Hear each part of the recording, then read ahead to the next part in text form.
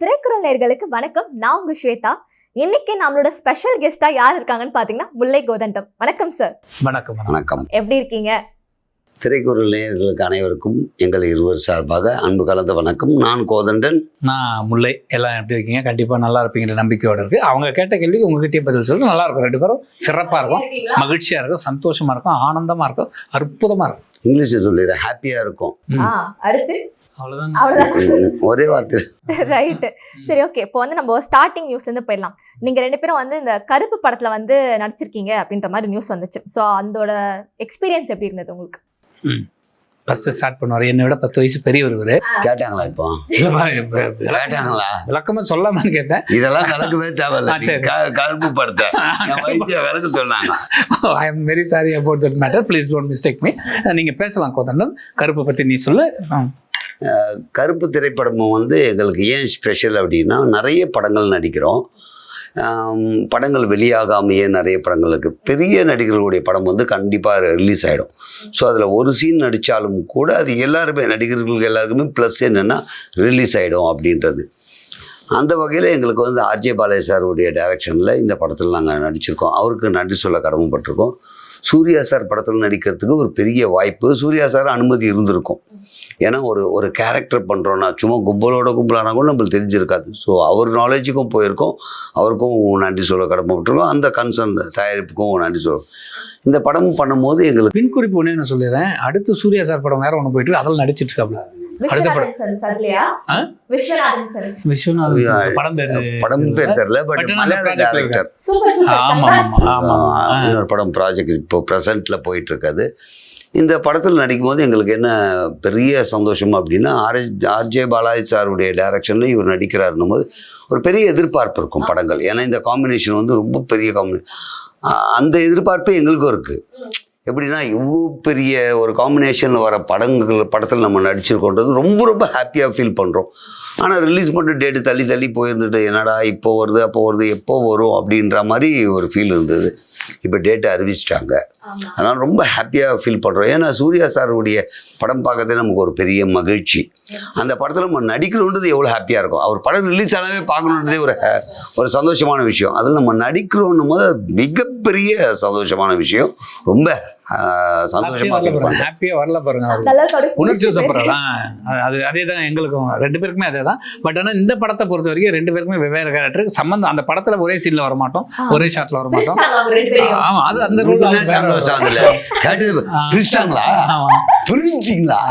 அவர் role வேற, என் role வேற.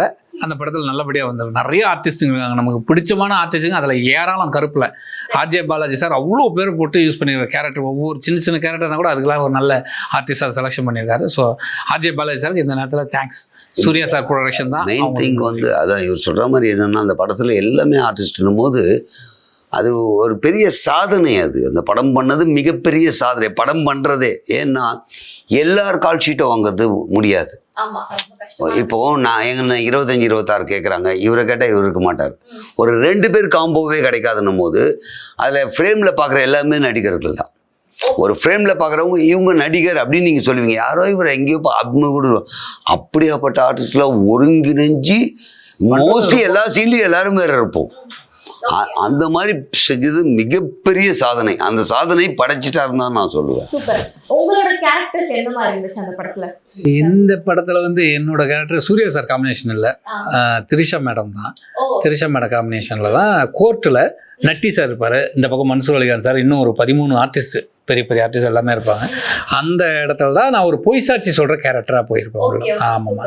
But நான் பேசிக்காக பொய்யை பேச மாட்டேன்.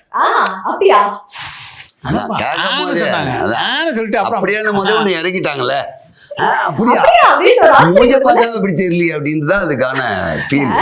பொய் சாட்சியா சொல்ற நல்ல ஒரு சூப்பரா காமெடியா சிரிக்கிற மாதிரி இருக்கும். நல்ல ஒரு மேட்டர் அது பண்ணிருக்கும். எனக்கு வந்து அந்த படத்துல, அதாவது இப்ப நான் சொல்ற கேரக்டரே காமெடி என்னன்னா, படிக்கட்டுக்கு, அதாவது லிஃப்ட்டுக்கு ஆப்ரேட்டர் பாருங்க, படிக்கட்டுக்கு நான் ஆப்ரேட்டர். அதுதான் இந்த படத்துல ஸ்டேர் கேஸுக்கு ஒரு ஆப்ரேட்டர். இல்ல, அதுதான் இதுல ட்விஸ்டே படத்துல. ஆர்வம் வருது ஆர்வம் வருது என்னவா இருக்கும்? படிக்கட்டுக்கு ஒருத்தர் வேணுமா, ஆப்ரேட்டர் வேணுமா அப்படின்னா நீங்க சொல்றது வந்து எக்ஸலேட்டரா இருந்தா கூட ஒரு ஆப்ரேட்டர் தேவையில்லாம், படிக்கட்டுக்கு ஒரு ஆப்ரேட்டர். அதுதான் நான் அந்த படத்துல. அப்படின்னு படிக்கட்டா இருக்கா? அதுதான் படம் மே 14 ரிலீஸ்ல. அப்ப பாத்தீங்க எஸ்கலேட்டரும் கிடையாது, அது ஆட்டோமேட்டிக் ஆகிட்டாங்க. ஒருவேளை அதுக்கு போட்டா கூட போடலாம். ஆனா படிக்கட்டுக்கு போட்டிருக்காங்கன்னா உண்மையிலேயே எனக்கே அந்த கேரக்டர் சொல்லும் போது என்னது படிக்கட்டுக்கா அப்படின்னு கேட்டேன். நடிக்கும் போது ரொம்ப எனக்கு முதல்ல அந்த சீன் பண்ணும் போது இது எப்படி இது கனெக்ட் ஆகும் போய் பார்க்கும்போது தெரியுது அது கரெக்டு தான். அந்த கேரக்டர் ரொம்ப கரெக்டாக தான் இருந்தது அப்படின்ட்டு. இன்னொன்று இவர் சொன்ன மாதிரி நமக்கு அந்த காம்பினேஷன் கிடைக்கிறது கஷ்டம். எனக்கு வந்து Suriya sir Trisha madam combination, ஆனால் டைலாக் கிடையாது. அவங்க ஸ்டார் காஸ்ட்ல போவாங்க, நான் தான் அங்கே ஆப்ரேட்டராக நின்றுட்டு இருப்பேன். போயிட்டு இருப்பாங்க. ஒரு சீனில் வந்து ஆர்ஜே பாலாஜி சார் உடைய அவரை நான் கிராஸ் பண்ணி போவேன், ஒளரிடனே நான் போவேன். அப்போ ஹீரோயின் அந்த வில்லன் கேரக்டரோட நான் நடிச்சிருக்கேன்றது எனக்கு பெரிய பெருமிதம். அது நீ பேசுறியோ இல்லையோ அந்த ஃப்ரேம்ல நம்ம இருப்போம். ஹீரோயின் இருக்கும்போது நம்ம இருப்போம், வில்லன் சார் இருக்கும் போது நம்ம இருப்போம். அப்படி ஒரு கேரக்டர் அது படத்துல பாருங்க, உண்மையிலேயே வியக்கத்தக்கதா இருக்கும்.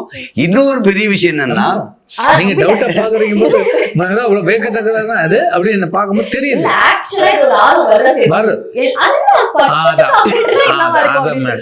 இன்னொன்னு என்னன்னா, அந்த படத்துல ஒரு பெரிய நடிகருடைய படத்துல நம்மளை ஒரு ஃப்ரேம்லாம் வைக்க மாட்டாங்கன்னா அது மாதிரி சீனே வராது. ஆர்டிஸ்ட்டுக்கு தான் வைப்போம். எனக்கு அதுல ஒரு சீன் செப்பரேட்டாக அந்த 70mm என்ன பார்ப்பீங்க. அப்போ பார்த்துங்க, ஒரே ஃப்ரேமில் அவ்வளோ பெரிய ஸ்க்ரீனில் நம்மளை தனியாக காட்டுறது நடக்காத காரியம். அதெல்லாம் பெரிய படத்தில், மற்ற படத்தில் கிடைக்கும், அந்த படத்தில் எனக்கு அது மாதிரி ஒரு ஃப்ரேம் கிடைச்சிருக்கு. அது பெரிய பாக்கியமாக நினைக்கிறேன். ரெண்டு பேருமே வந்து ஒரு ஹீரோஸ் பண்ணிருக்கீங்க இந்த படத்துல. ஆனா இந்த படம் வந்து ரிலீஸ் ஆகுமா ஆகாதான்ற நல்ல ஒரு டாபிக்லாம் வந்துருச்சு. ஏன்னா ரொம்ப டிலே இருந்தது. சேட்டலைட் ரைட்ஸ் வாங்கணும், ஓடிடி ரைட்ஸ் வாங்கணும், அந்த மாதிரி நிறைய டிலே வந்துச்சு. அந்த டைம் உங்க ரெண்டு பேருக்கு கொஸ்டின் மார்க் இருந்துச்சு, என்னடா இது படம் ரிலீஸ் ஆகுமா ஆகாதா, நம்மளோட இன்புட்ஸ் கொடுத்துருக்கோமே அப்படின்ற மாதிரி இருந்தா? இல்ல இது படம் ரிலீஸ் ஆகுமா ஆகாதான்றது சும்மா தான் அது வதந்தியா இருக்காங்க. ஆகும் எப்பன்னு தான் தெரியாம எல்லா டவுட்டுமே இருந்தது.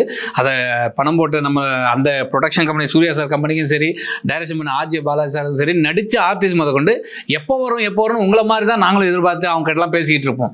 பட் இது தள்ளி போனதுக்கு காரணம் வெவ்வேறு சில பல காரணங்கள். அப்படி இப்படி இதுக்கு லேட் ஆச்சு, அதுக்கு லேட் ஆச்சு, இடையில அந்த ப்ராப்ளம் இந்த ப்ராப்ளம் போய் இன்னைக்கு நல்லபடியாக வந்திருக்கு. மே 14 அனௌன்ஸ் பண்ணிட்டாங்க, சிறப்பாக வந்திருக்கு. எல்லாம் அந்த எதிர்பார்ப்பு இருக்குது எல்லாருக்குமே. நீங்கள் சொன்னது தான். இப்போ இவர் சொன்ன மாதிரி ரிலீஸ் ஆகுமா அந்த டவுட் எங்களுக்கெல்லாம் வர வாய்ப்பே இல்லை. ரிலீஸ் ஆகிடும், அதில் மாற்று கருத்தே கிடையாது. எப்போ ஆகும்ன்றத எங்களுக்கு அது தள்ளி போயிட்டுருக்கே அப்படின்ற ஒரு ஃபீல் மட்டும் தான் இருந்தது. இப்போ ரிலீஸ் டேட்டை அறிவித்தோன்னே அந்த படத்தினுடைய நிறுவனம் எவ்வளோ சந்தோஷப்படுறதோ அந்த அளவுக்கு நாங்கள் சந்தோஷப்படுறோம். இது ஆக்சுவலி இந்த கேள்வி உங்களுக்கு கேட்கலாமா வேணாமான்னு ரெண்டு ஆப்ஷன் இருந்து வேணாமான்னு கேட்கும்போது விட்டுருங்க. அப்படி இல்லை, ஆக்சுவலி எனக்கு அது மைண்ட்ல ஓடிக்கிட்டே இருக்கு. அப்போ கேட்டு சொல்லுங்க. இல்ல சாரி கேளுங்க ப்ளீஸ். ஐம் சாரி, போல் வந்து கேளுங்க. ரைட். இப்போ இந்த ஆடியோ லான்ச்க்கு வந்து த்ரிஷா வரல அப்படின்றது வந்து நிறைய ஒரு கான்ட்ரோவர்சி டாக்காவே போயிட்டு இருந்தது. அதை பத்தி ஏதாச்சும் உங்களுக்கு தெரியுமா? நானே போல நாங்க போலையே போல மீன்ஸ் என்னன்னா, நீங்க மதுரையில் தான் வச்சிருந்தாங்க. அப்போ மதுரை மாநகரில் சூர்யா சார் ஃபேன்ஸே நிறைய இருக்காங்க எல்லா ஊர்லேயுமே. நான் சொல்ல மதுரை மட்டும் இல்லை, அப்போ ஆல்ரெடி ஃபேன்ஸ் வராங்க, நிறைய ஆர்டிஸ்ட் சொல்லியிருக்காங்க. இதில் நம்மளும் போகணும் அப்படின்றது எப்படின்னா, அவ்வளோ கூட்டத்துக்கு மத்தியில் நம்ம ஒரு இம்பார்ட்டன்ட்லாம் அங்கே இருக்க போகிறது இல்லை. இன்னொன்று, எல்லாரையுமே அவங்க கேர் பண்ணிக்க முடியாது. அந்த கன்சர்ன் எல்லாரும் இப்போ நம்ம வீட்லேயே வீட்டு ஃபங்க்ஷனுக்கே சித்தப்பா பெரியப்பா மாமா தான் யாரும் மிஸ் ஆகிடுவாங்க. அது மாதிரி இருக்கும்போது நாங்களும் போக முடியலன்னு ஒரு வருத்தம் இருந்துச்சு. ஏன்னா நாங்கள் கண்டிப்பாக போயிருப்போம். ஏன்னா அதுக்கு முந்தின நாள் வந்து அதோடைய மேனேஜர் சொல்கிறாரு, இது மாதிரி ஆடியோ லான்ச்னா அண்ணே நீங்கள் வந்துடுறீங்களாண்ணே அப்படின்னாங்க. இல்லைண்ணே நான் இங்கே கொஞ்சம் நீங்கள் சொன்ன இந்த லாஸ்ட் மொமெண்ட்டுக்கு முடியாதுண்ணே. அது மாதிரி மேடமுக்கு என்ன கமிட்மெண்ட் இருந்தது. ஆனால் எனக்கு ஒரு இது சாரி, உங்ககிட்ட கேட்கலாமா வேணாமான்னு தெரியல. அதுதான் இப்போ ஆடியோ லான்ச்சுக்கு த்ரிஷா மேடம் போகலையா? ஏன் ஏன் நானும் உங்களை கேட்கிறேன், நீங்க என்ன கேட்டா? இல்ல எங்களுக்கும் தெரியாது. எங்களுக்கு தெரியல, ஆமா, உண்மையிலே serious தெரியாது. தெரியாது. நீங்க சொல்லி தான் எனக்கு தெரியும். இப்பதான் நீங்க first சொல்றீங்க. ஆமா. இல்ல உண்மையிலே தெரியாது, அதை தான் நான் சொல்றேன். அவங்க கமிட்மெண்ட் என்ன ஏதுன்னு நமக்கு தெரிய வாய்ப்பு இல்லை. முதல்ல அவங்க வரலன்றதே இப்ப நீங்க சொல்லிதான் எங்களுக்கு தெரியும். தெரியும். Right. ஆமா. சரி, இந்த படத்துல ஏதோ நீங்க பாட்டு எல்லாம் பாடுறீங்க அப்படின்ற மாதிரி எல்லாம் கேள்விப்பட்டேன். படத்துல பாட்டு பாடுறது ஏன்டா இது யாரா கலந்து?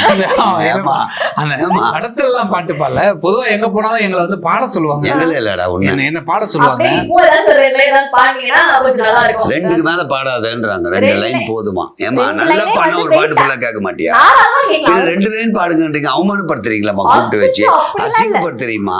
ஐயோ, அவர் தலை குனிவு பண்ற மாதிரி பண்றீங்கம்மா. அப்படியெல்லாம் இல்ல, சொல்லிட்டாருங்க. இதெல்லாம் நான் சொல்லல. நான் தான் சொன்னது. இவ்வளவு நாராசம் பண்ணி நடுத்தரவு நிக்க வச்சு 5க்கு 10க்கும் பாட விட்டுருக்கு போல இருக்க. இதை நான் சொல்லல. இல்ல நான் சொல்ல ஒரு சொல்லி fan ஆ சொல்லுங்க. கேட்டேன். ஓகே நீங்க கேட்டு நாங்க பாடலாம் பாத்துருக்கீங்கடா. ஏய் பாத்துருக்காங்கடா அவங்க. ஆ? ஆனா நீ யார் சொல்ற? என்ன கூட நீ பாத்திருக்கியாமா? நான் அவரோட ஃபேனா நான் அதை எப்படி சொல்றது? பாட்டுக்கா காமெடிக்கா? இரு வரேன். இப்ப நான் வரேன். பாட்டுக்கா அப்பா காமெடி? ஏதோ ஒண்ணுது கூடப்பா, நீ என்னோட ரசிகரை நீ ரொம்ப அசிங்கப்படுத்துற. இது என்னப்பா அசிங்கப்படுத்துற இல்ல காரணம்? இல்ல நீ பாடு. சரி என்ன பாடணும்? எந்த மாதிரி பாட்டுகள்? நமக்கு நல்ல ஒரு கர்நாடகா காதல் பெப்பா பாடல். வேணுமா? காதல் பாட்டா, காதல் பாட்டா, நல்ல ஒரு ரொமான்டிக்கா. ரொமான்டிக்கா. இந்த பாட்டு எங்க பாடலாம்? அப்படியே கண்ணு பார்த்துட்டே இருங்க. அந்த லுக்ல தான் பாடுவாங்க. ஓ தெய்வீக ராகம் தெவிட்டாத பாடல் கேட்டாலும் போதும் இளம் நெஞ்சங்கள் வாடும்.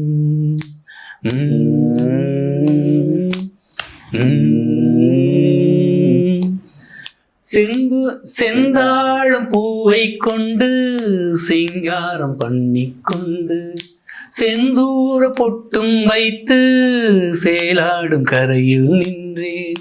சீராட்டவா பாராட்டவா நீ நீந்தவா என்னோடு மோகம் தீருமோ. ஆஹா தெய்வீக ராகம் தெவிட்டாத காணம் கேட்டாலும் போதும் இளம் நெஞ்சங்கள் வாழும். என்னங்க இத போய் ட்ரோல் பண்றீங்க? ரோல் பண்ணல, உண்மையிலேயே நல்லா பாடினா. இதுல லவ் எங்க வந்தது? பெரிய இது மாதிரி கேட்டியா? காதல் பாட்டு தானே அது. தெய்வீக ராகம் தெவிட்டாத பாடல். காதலுக்கு தான் இந்த பாட்டே பாடினாங்க. அவர் வர தப்பு பண்ணிட்டா காதல் பாட்டு மாத்தி பாடிட்டா. இல்ல காதல் பாட்டுன்னா அந்த அதை கேட்கும் போதே நமக்கு லவ் வரும். இது அப்படி இல்ல, ரொம்ப அவர் அமேசிங்கான voice-ஏ சாங். வந்து அந்த லவ் எல்லாரும் பண்ணாரு இருக்குது. அவங்கள. அந்த வாய்ஸ் அந்த அளவுக்கு எல்லாரும் மெஸ்மரைஸ் பண்ணுது அப்படின்னு நான் சொல்றேன். ரைட். இப்ப லவ் பாட்டு பாடணும் அவ்வளவுதானே. 2 லைன் லவ் பாட்டு பாடணும். 2 line. ஏன்டா 2 லைன்? நீ பாடுறா ஃபுல்லா. இல்ல இல்ல Right. அன்று காதல் பண்ணியது Awesome. முந்தன் கண்ணம் கிள்ளியது அடி இப்போதும் நிறம் மாறாமல் இந்த நெஞ்சில் இனிக்கிறது.